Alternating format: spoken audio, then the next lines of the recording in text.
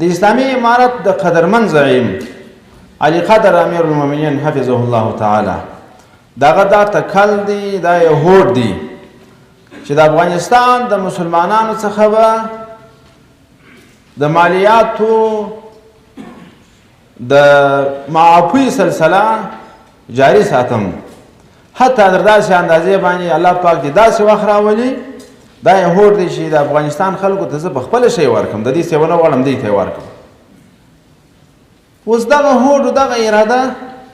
د دې عملي میدان تاسې وینئ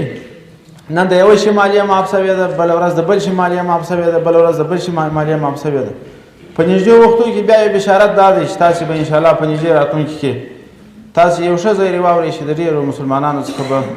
بیا د مالیې د معافۍ یو حکم صادریږي دغه تکل پر دې ولس باندې شفقت پر دې ولس باندې رحمت دا مظلوم ولس ته سا ورکول دا هوډ زموږ د امیر سره ستا رب جل جلاله دې وساتي او تاسو ته ګورئ معلومیږي دا مشکل چې اوس راپېښ دی چې زموږ د نظام بلکې د افغانستان د حکومتونو د ټولو مصارفاتو اکثره حصه د مالی بوج چې ده هغه پر ملت باندې پرته ده د دې شي مالیه راکړه د دې شي مالیه راکړه د دې شي مالیه راکړه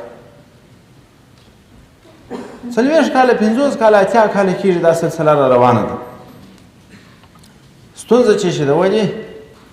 ستونزه دا د افغانستان غني ملک دی هر څه لري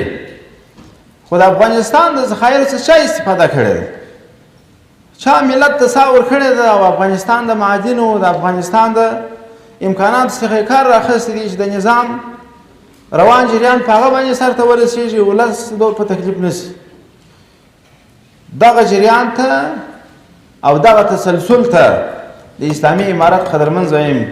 علي قدر امیر المؤمنین صاحب حفظه الله اراده کړې